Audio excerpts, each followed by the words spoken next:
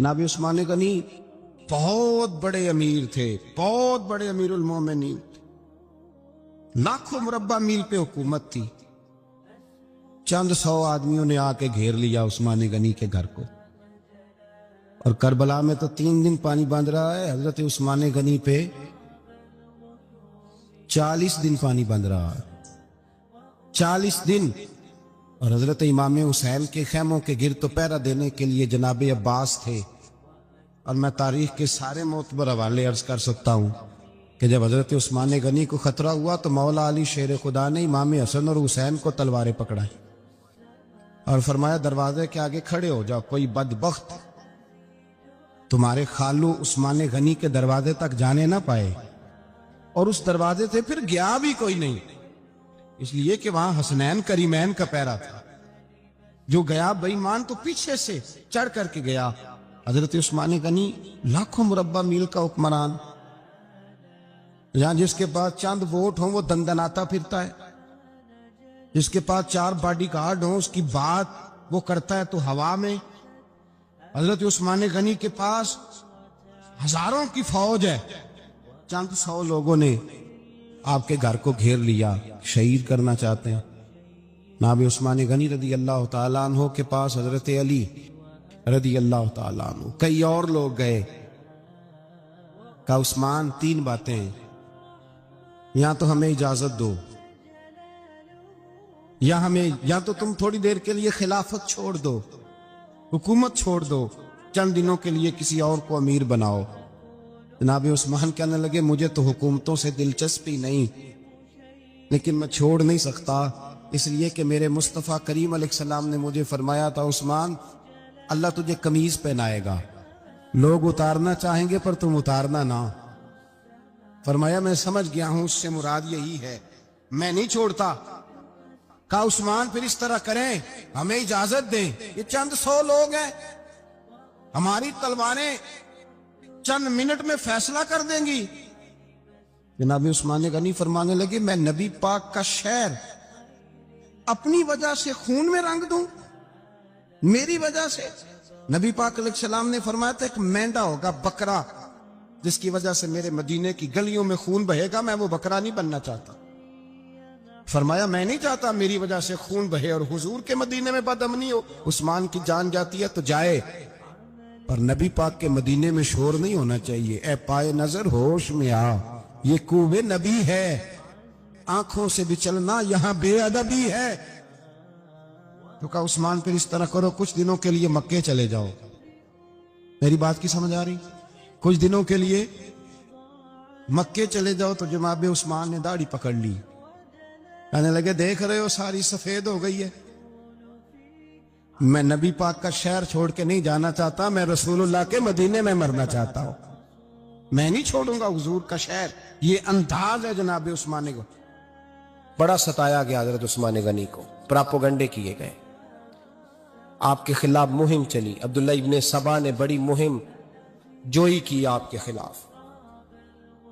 یہودیوں نے مسلمانوں کا روپ دھار کر بڑا آپ کو ستایا، تکلیفیں دی، جی آپ اپنے رشتہ داروں کو بڑا دیتے ہیں، فرمایا کرتے تھے جیب سے دیتا ہوں، مال خزانہ سے نہیں دیتا۔ حضرت عثمان غنی رضی اللہ تعالیٰ عنہ کو بڑا ستایا گیا۔ یہ وہ واحد ہستی ہے حضرت عثمان غنی، انہوں نے شہادت قبول کر لی لیکن تلوار نہیں چلنے دی، لوگوں کو ایک دوسرے کے گلے نہیں کاٹنے دی، وہ شخصیت ہے حضرت عثمان غنی کی، لیکن بڑا ستایا گیا، بڑا پراپوگنڈا۔ مجھے بتائیے اس کے بارے میں اللہ قرآن کی آیتیں نازل کر دے، اور جس کے بارے میں مصطفیٰ کریم ایک بار نہیں تین بار جنت کی بشارت عطا کر دے، کوئی بندہ ہمیں تاریخ بتائے، حوالے دے، کہانیاں سنائے، تو ہم اس کی کہانیاں دیکھیں گے یا نبی پاک کا فرمان دیکھیں گے؟ بولیں، جا کے بولیں، جا کے کسی کہانی پر کبھی بھی کان۔ بس ایک حدیث میں نے بڑی دفعہ سنائی ہے، پھر سناتا ہوں، ترمذی میں ہے، نبی پاک جنازگاہ تک گئے جنازہ پڑھنے، یا رسول اللہ فلاں آدمی انتقال کر گیا، جنازگاہ تک تشریف لے گئے جنازہ پڑھانے، لیکن جنازگاہ تک پہنچ کر محبوب نے فرمایا اس کا جنازہ نہیں پڑھانا۔ یا رسول اللہ کیوں؟ فرمایا اس لیے کہ یہ عثمان غنی سے بغض رکھتا تھا۔ نبی پاک سید عالم صلی اللہ تعالی علیہ وآلہ وسلم نے خود اپنی زبان مبارکہ سے، ترمذی شریف میں حدیث موجود ہے کہ نبی پاک صلی اللہ علیہ وسلم احد پر گئے تو احد کانپنے لگا، تو حضور نے فرمایا احد ٹھہر جا، تیرے اوپر ایک نبی، ایک صدیق اور 2 شہید موجود ہیں۔ تو وہ 2 شہید کون تھے؟ ایک حضرت عمر فاروق، ایک حضرت عثمان غنی رضی اللہ تعالی۔ خود حضور نے فرمایا، حضرت عثمان غنی کی جو نانی ہے نا، یہ نبی پاک کی سگی پھوپھی ہے۔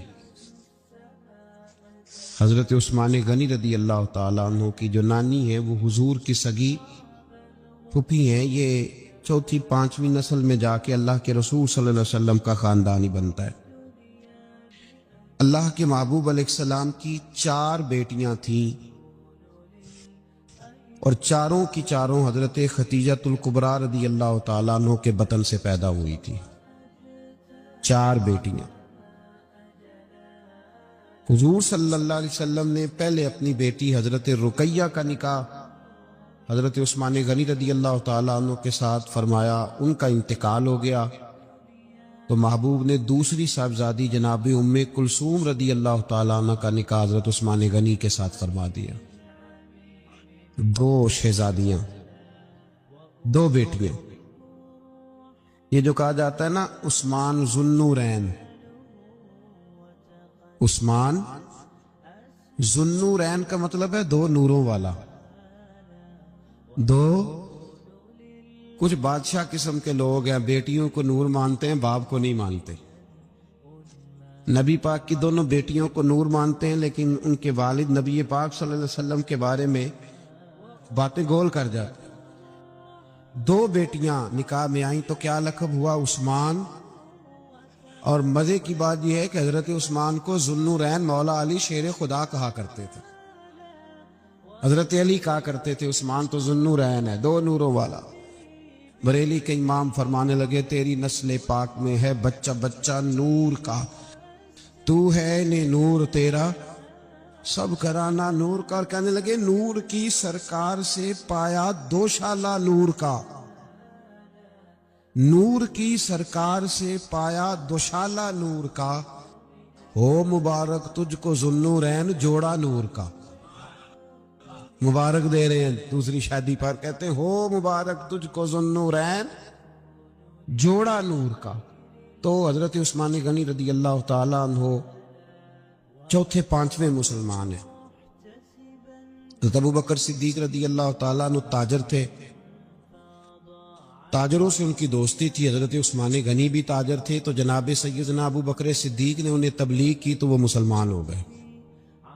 جب کلمہ پڑھا تو چچا نے باندھ دیا گھر کے اندر،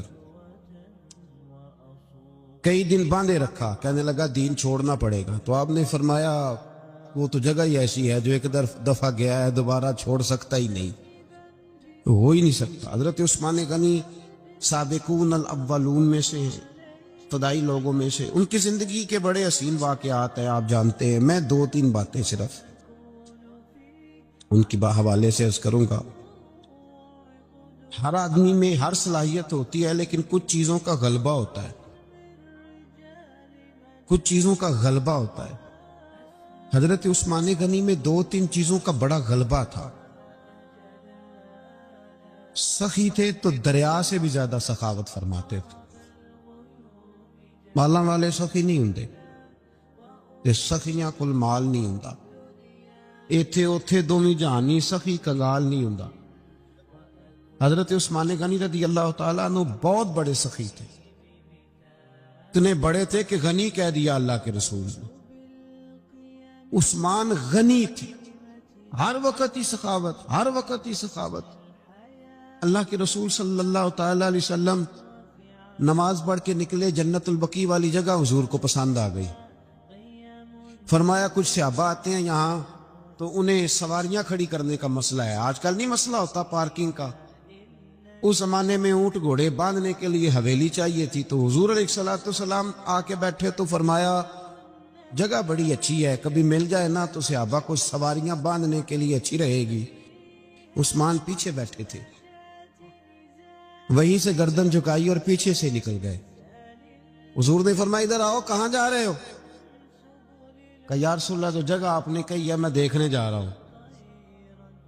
تو حضرت عثمان غنی دیکھنے گئے. جب واپس پلٹے تو میرے کریم نے فرمایا عثمان دیکھ آئے ہو, دیکھ آئے ہو, دیکھ آئے ہو. عرض کی محبوبہ دیکھنی کیا آتی, تجھے پسند آئی تھی, میں خرید آیا ہوں, خرید آیا ہوں. دیکھنا آنا جانا یہ تو وہاں ہوتا ہے جہاں سودے بازی ہو. رنگے چمن پسند نہ پھولوں کی بو پسند, ہم کو ہے وہ پسند جسے آئے تو پسند. بات ختم ہو گئی, آپ کو پسند آئی تھی میں نے خرید لی.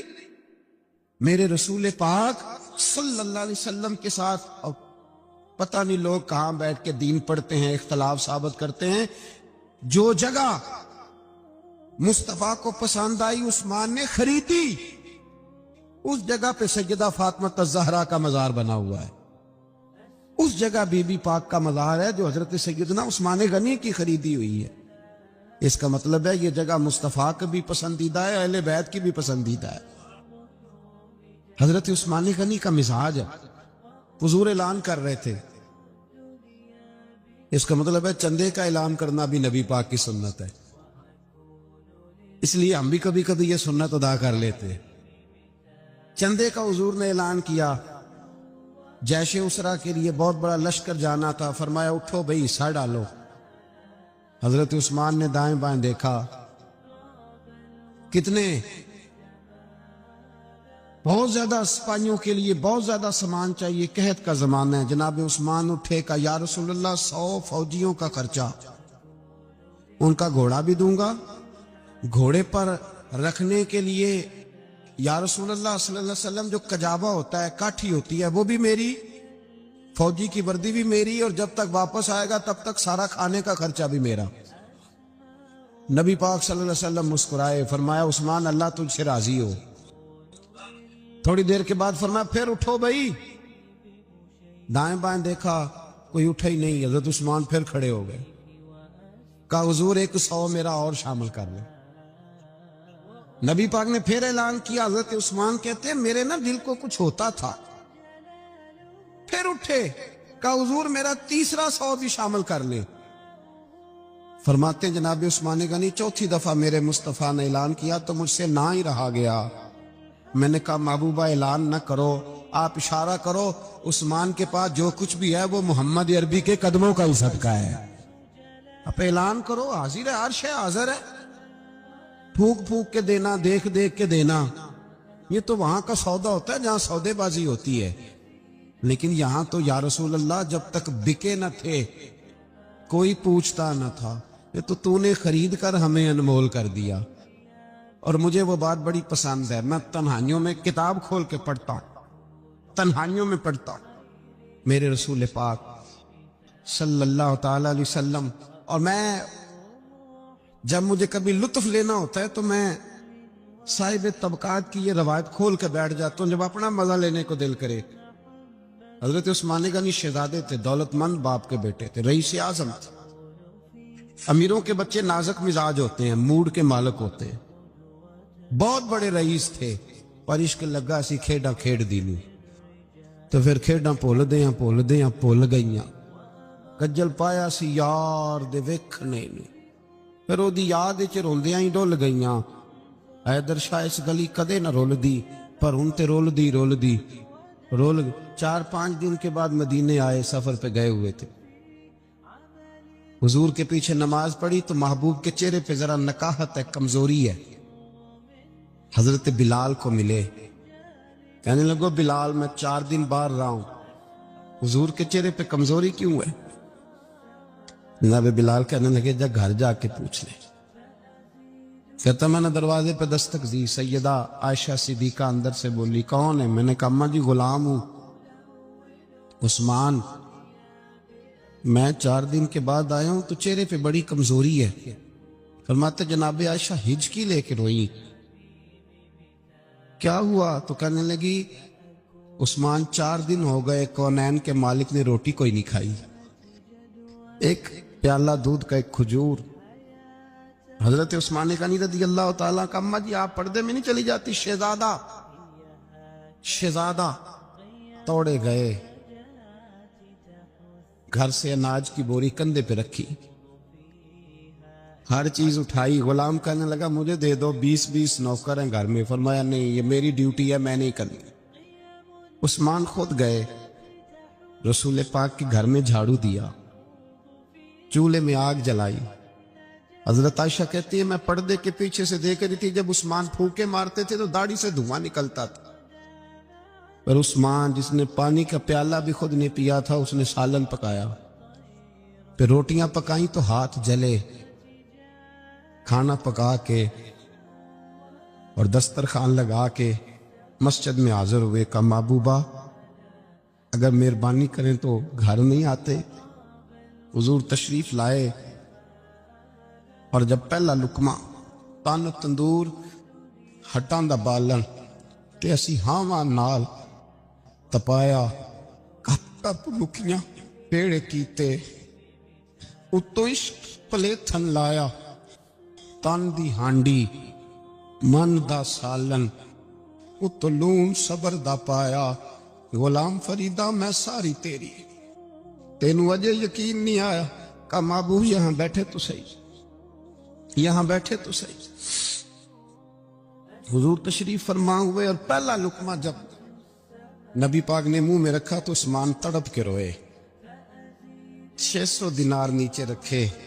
یا رسول اللہ میں نے دولت کو آگ تو نہیں لگانی اگر تیرے کام نہ آئے.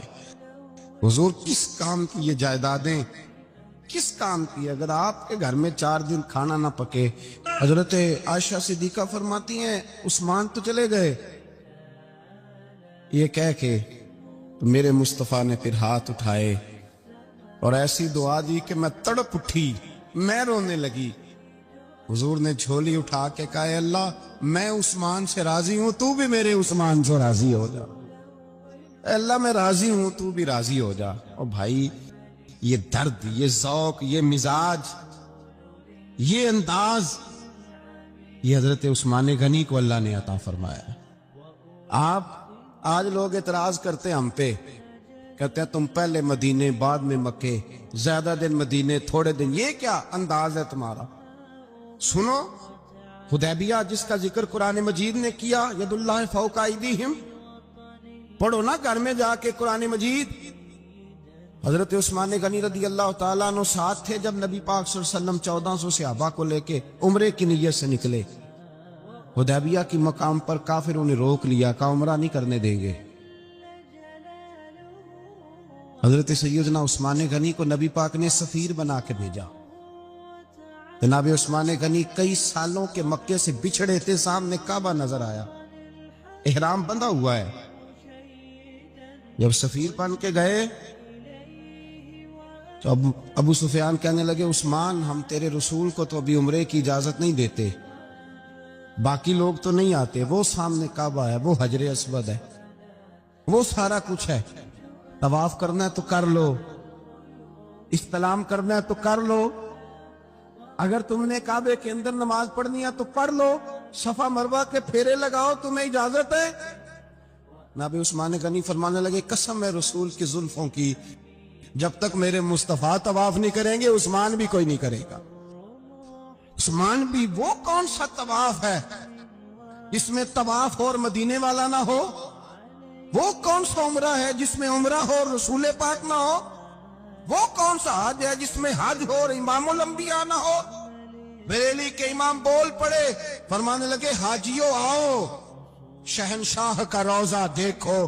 کعبہ تو دیکھ چکے, اب کعبے کا بھی کعبہ دیکھو. اور فرمانے لگے غور سے سن تو رضا, کعبے سے بھی آتی ہے صدا, میری آنکھوں سے میرے پیارے کا روضہ دیکھو. یہ ہمیں حضرت عثمان غنی نے سکھایا ہے عقیدہ, یہ عقیدہ حضرت عثمان غنی کا ہے. بات دور نکل جائے گی. محبت معیار ہوتی ہے, محبت روح ہوتی ہے, محبت اصل ہوتی ہے. حضرت عثمان غنی رضی اللہ تعالیٰ عنہ سے کسی شخص نے کہا کہ عثمان کوئی تبدیلی بھی آئی نبی پاک کے غلام بننے کے بعد؟ حضور کے غلام بننے کے بعد کوئی تبدیلی بھی آئی؟ لوگ اپنی اپنی تبدیلیاں بتاتے رہے. جناب عثمان غنی نے 2 جملے کہے, لوگ کہتے ہماری چیخیں نکل گئیں, یہ معراج حضور سے پیار کی,